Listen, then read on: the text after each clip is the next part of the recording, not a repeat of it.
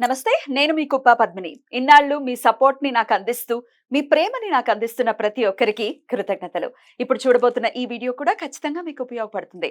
Like, share and subscribe చేసి మీ ఇష్టాన్ని, అలాగే మీ సపోర్ట్‌ని నాకందించండి. అలాగే ఈ వీడియో పట్ల మీ అభిప్రాయాన్ని కామెంట్ సెక్షన్‌లో కామెంట్ చేసి నాకు తెలియజేయండి. నమస్తే. నమస్తే. Welcome to our channel. నేను పద్మిని. ప్రస్తుతంతో పాటు ప్రముఖ ఆధ్యాత్మికవేత్త, నారీసేన ఫౌండర్, దత్త ఉపాసకురాలు శ్రీమతి లతా దత్త గారు మనతో పాటు ఉన్నారు. మాట్లాడదాం. నమస్తే అక్క. జై గురుదత్తారా. శ్రీ గురుదత్త అక్క. అక్క, వాక్శుద్ధి అనేది ఖచ్చితంగా ప్రతి ఒక్కరికి కూడా అవసరం కదా. అవును. మన వాక్కు ఎంత పవిత్రంగా ఉంటే అంత పనులు అవ్వటం కానీ, భగవత అనుగ్రహాన్ని పొందటం కానీ, చేసేటటువంటి స్తోత్రం ఫలించటం కానీ అనేది జరుగుతుంది కదా. కరెక్ట్. అది ఎంతసేపు దేవుడి దగ్గరికి వెళ్ళిపోయి దండం పెట్టేసుకుని మనం వెనకాల వెళ్ళి పిచ్చి మాటలు మాట్లాడతామంటే ఎట్లా కుదరదు కదా. అది వాక్కు దోషాలు అనేవి చాలా ఎక్కువ అయిపోతున్నాయి కలియుగంలోని. స్వామివారు అప్పుడే చెప్పారు, శ్రీపాదులు వారు. ఆ వాక్కు దోషాలు ప్రతి ఒక్కరు మాట్లాడే మాటలో హృదయంలో ఒక స్పందన వస్తుందంట, బయటకు మాట్లాడే మాట వేరే. అది దాన్ని ఏమంటారంటే అది అనేది చాలా కలుషితం చేసేస్తుంది. ఈ ఏదైతే ఈ పంచభూతాలు ఉంటాయో వాటిల్లో కూడా ఇవన్నీ కలుషితం అవ్వటానికి కారణం కూడా ఈ వాక్కు శుద్ధి అనేది లేకపోవటము. ఈ వాక్ అంతా కూడా ఏమంటారు, ఒక నెగిటివ్ స్పందనని తీసుకొని వస్తుంది ప్రతి ఒక్కరు మాట్లాడే విధానం కూడా. ఖచ్చితంగా కాక ఇప్పుడు వెనకాల మాట్లాడేది ఎప్పటికైనా బయటకు వస్తుంది. అందులో అసలు అది నిర్వివాదమైనటువంటి అంశం కదా. ఒక దగ్గర ఒకటి మాట్లాడుతున్నారు అని అంటే, వెనకాల మాట్లాడుతున్నారు అని అంటే ఖచ్చితంగా అవి బయటకు వచ్చేస్తాయి అనే చిన్న లాజిక్ మిస్ అయిపోతారు. ఎలా అంటే పద్మిని, ఇప్పుడు ఎవరికైనా అయ్యో పాపం అన్నావు అనుకో, మనకి పాపం లా చేస్తున్నారు అంటే అయ్యో పాపం అని ముందుకు వెళ్ళి సహాయం చేసి ఏదైనా చేద్దాం అనుకో, అయ్యో అవునా పాపం వీళ్ళు బాగుంటారు కదా, వీళ్ళకి ఈ విధంగా చేస్తే బాగుంటుంది కదా అని చెప్తే, వాళ్ళు దాన్ని ఎంత నెగిటివ్ గా మార్చేసి ఆ వాక్కు ఏదైతే ఉందో వెనక మాట్లాడి ఆ వాక్కు దోషాన్ని మూటగట్టుకుంటూ ఉన్నారు. ఇప్పుడు ఎంతో మందికి మనం సహాయం చేస్తాము, మన పక్కనే ఉన్నారు. ఆ సహాయం అనేది వాళ్ళకి తృప్తిని ఇవ్వక, అన్సాటిస్ఫైడ్ లైఫ్ అంటారు కదా, ఆ సహాయం తృప్తి ఇవ్వక, ఇంకా నాకు సహాయం చేయలేదు, ఇంకా నేను ఎక్కువ కోరుకున్నాను, ఓవర్ ఎక్స్పెక్టేషన్ వల్ల మాట్లాడే మాటలు ఉంటాయి కదా, అవన్నీ కూడా వాక్కు దోషాలు. ఎలాగానంటే నేను అంటే ఉన్నదానికంటే ఎక్కువ ఊహించుకోవటము, అలాగే ఒకరిని నిందించడము, ఒకరిని ద్వేషించటము, ఒకరిని అన్యాయంగా మాటలు అంటము, దూషించటము, తిట్టడము. అంటే ఒక ఎగ్జాంపుల్, మన ఇంటికి పని వాళ్ళు వస్తున్నారు, చేస్తారు. పని వాళ్ళని కొంతమంది మాటలతో చాలా దూషిస్తారు, చాలా హింసిస్తారు, దూషిస్తారు. అసలు చాలా కఠినంగా, అంటే మర్యాద కూడా ఇవ్వకుండా. వాళ్ళు కూడా ఒక మనుషులే కదా. వాళ్ళు మనం చేసుకోలేని పని వాళ్ళు చేస్తున్నారంటే వాళ్ళ మర్యాదని పొందవలసినటువంటి వ్యక్తులు కదా. అక్కడ ఎంత వాక్కు దోషము వస్తుందో వీళ్ళకి అర్థం కావట్లేదు. అలా ఇంకొక చోటకి ఎక్కడికైనా వెళ్తారు, ఒక నలుగురు స్నేహితులు ఉంటారు, చక్కగా మాట్లాడుకుంటారు. ఆ వెనకాలే వెళ్తూ చూసావా అది ఎలా చేసిందో. నీ స్నేహానికి అర్థం ఏముంది? అసలు అది స్నేహమా? స్నేహానికి పేరుతో ఒక ఏదో ఒక లావాదేవీలు అంతే. అలా నెక్స్ట్ ఒక గురువు గారు ఉన్నారు, ఒక గురువు గారితో సత్సాంగత్యం జరిగింది, వెళ్తున్నారు, శిష్యులు వెళ్తున్నారు, శిష్యులందరూ బాగున్నారు. అందులో ఒక శిష్యుడు పాపం మూట కట్టుకోవాలనుకుని గురునింద చేస్తాడు, మాట్లాడతాడు, ఇంకో నలుగురిని కూడా పాడు చేయాలని చూస్తాడు. వాడు కూడా వాక్కు దోషం మూట కట్టుకున్నవాడు అవుతాడు. అందుకే ఎలాంటి గురువు అయినా సరే, నీ గురువు నిజంగా నీ గురువు ఒకవేళ ఎలాంటి వాడైనా సరే నీ నోటితో నువ్వు మాట్లాడకూడదని మన శాస్త్రం చెప్తుంది. ఎందుకంటే ఆ గురువుకి ఏముందో ఏమొచ్చిందో నీకు తెలియదు కదా. ఆ గురువు గురుస్థానంలో ఉన్నాడనంటే నిన్ను పరీక్షించడానికైనా అవ్వచ్చు. అలా కూడా అర్థం చేసుకోవాలి. అలా రకరకాలు దేవాలయానికి వెళ్తారు, అక్కడ కూడా అన్నదానం జరుగుతూ ఉంటుంది, అక్కడ కూడా ఓర్పు సహనం ఉండదు, పెడుతున్నారని ఉండదు, తోసుకోవటము, ఇచ్చేయటము, అక్కడ కూడా వాక్కు దోషాలు. అంటే ప్రతి చోట కూడా దేవాలయానికి వెళ్ళినప్పుడు ప్రశాంతంగా దేవుడి మీద ఇంద్రియ నిగ్రహం లేదు, అక్కడ కూడా వీరి కబుర్లన్నీ మాట్లాడుకోవడం, అక్కడ ఏం జరుగుతుంది, ఇక్కడ ఏం జరుగుతుంది, లేదంటే పక్కింటి వాళ్ళు ఏం చేస్తున్నారు, ఇలా ఏం చేస్తున్నారు.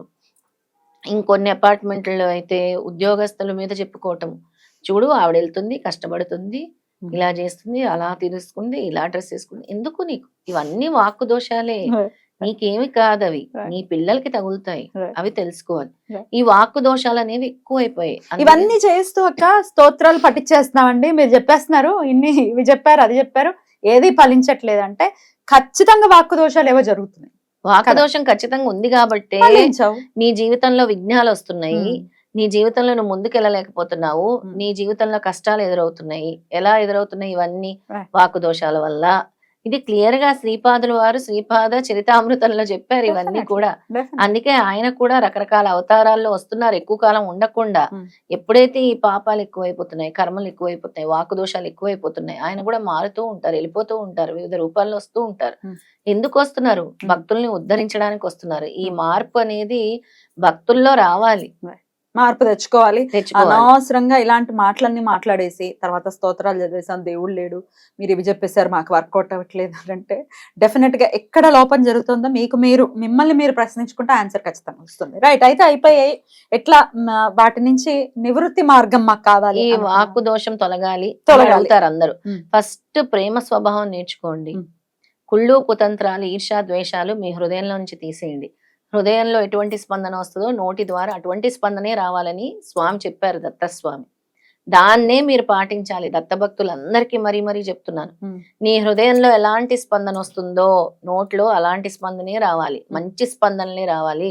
చెడు స్పందనలు తీసుకురాకూడదు. ప్రేమ, జాలి, దయ, కరుణ ఇవన్నీ. ఇప్పుడు మరి ఈ దోషం వచ్చింది మాకు తెలియక ఏం చేయాలి అన్న వాళ్ళు ఏకాదశిలు, 6 ఏకాదశిల రోజులు ఈశ్వరుడికి అభిషేకం చేసుకోవాలి. 6 ఏకాదశులు 6 ఏకాదశులు. ఏకాదశి నెలల్లో తిథి రోజు, ఏకాదశి తిథి రోజు అభిషేకం చేసుకోవాలి. నెలలో 2 సార్లు. నెలలో 2 సార్లు. ఆ రోజు ఖచ్చితంగా ఈశ్వరుడికి అభిషేకం చేసుకోవాలి. నెక్స్ట్ వాళ్ళు ఏం చేయాలి అని అంటే, దీనికి ఒక 2 నిమిషాల్లో కథ ఉంది. అగస్త్య మహర్షి అక్కడ వెంకటేశ్వర స్వామి అప్పుడు శ్రీనివాసుడు రూపంలో జన్మించాడు కదా ఆయన, వెంకటేశ్వర స్వామి శ్రీనివాసుడు. అయితే ఒకసారి వచ్చి నాకు గోవు కావాలి అని అడుగుతాడు శ్రీనివాసుడు. ఇది పూర్వం కూడా చెప్పాను నేను. ఇస్తాను అని మాట ఇచ్చి మర్చిపోతాడు అనమాట. దాన్ని కూడా వాక్కుదోషం అంటారు. మాట ఇచ్చి మర్చిపోతే తర్వాత శ్రీనివాసుడు 2-3 సార్లు వచ్చి వెళ్తే అగస్త్య మహర్షి లేకపోవటము, ఆయన గుర్తుండకపోయిన విధంగా ఉండటము. తర్వాత ఆయన ఒక యాగానికి తలబెడతారు. యాగానికి తలబెట్టి ముందుకు వెళ్ళాలంటే పనులు సాగాలి కదా. యాగం చేయాలంటే ఎవరు కావాలి? యాజ్ఞికులు కావాలి, సమిధలు కావాలి, అన్ని యాగశాలు వేయాలి, ఇవన్నీ కావాలి. ఒక్క పని కూడా ముందుకు వెళ్ళటం లేదు. అప్పుడు అగస్త్య మహర్షి శిష్యుడు చెప్తాడు, స్వామి ఇలా జరగటానికి కారణము ఇందాకే శ్రీనివాసుడు వచ్చి వెళ్ళాడు, మీరు గోవిస్తా అన్నారంట కదా, మరి దానివల్ల ఏమంటే వెంటనే అగస్త్య మహర్షి గుర్తొస్తుంది, అవును నేను ఇచ్చిన మాట నిలబెట్టుకోలేదు, తప్పాను, ఇది వాక్కు దోషమే, అందుకని నా పనులేమో ముందుకు సాగట్లేదని వెంటనే శ్రీనివాసుడు ఇదిగో వెళ్తున్నాడు ముందనగానే గోవుని పట్టుకొని శ్రీనివాస గోవింద, శ్రీనివాస గోవింద, శ్రీనివాస గోవింద అనుకుంటూ పరిగెడతాడు. అలా 116 సార్లు అగస్త్య మహర్షి అంటారు. అందుకే ఈ వాక్కు దోషాలు పోవాలంటే గోవింద నామం కూడా చేసుకోవాలి 116 సార్లు.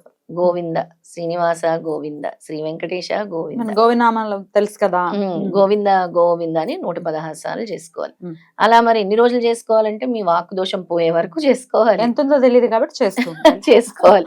కొన్ని రోజులు ఫస్ట్ ఒక 41 రోజులు చేసుకొని చూడండి, రోజు మండలం చేసి చూడండి. తర్వాత మళ్ళీ మీకు ఎలా ఉందో మీ జీవితంలో చక్కగా బాగుంది, ముందుకు వెళ్తున్నాము, మేము మారాము, పరిస్థితులు అనుకూలించాయి అనుకున్నప్పుడు ఆపేయచ్చు మీరు. వీటన్నిటితో పాటు దత్త నామస్మరణ ఖచ్చితంగా చేయండి. దత్త అంటేనే సర్వ పాపాలు హరించేటటువంటి నామం. దత్త దత్త దత్త దత్తనామ మహాయజ్ఞం కూడా అందుకే మనం చేసాము. అలా ఏవి దోషాలు ఉన్నాయో తెలుసుకుని అవి మార్చుకుందాం. Thank you so much. నమస్తే. నమస్తే. జయ గురుదత్త. శ్రీ గురుదత్త.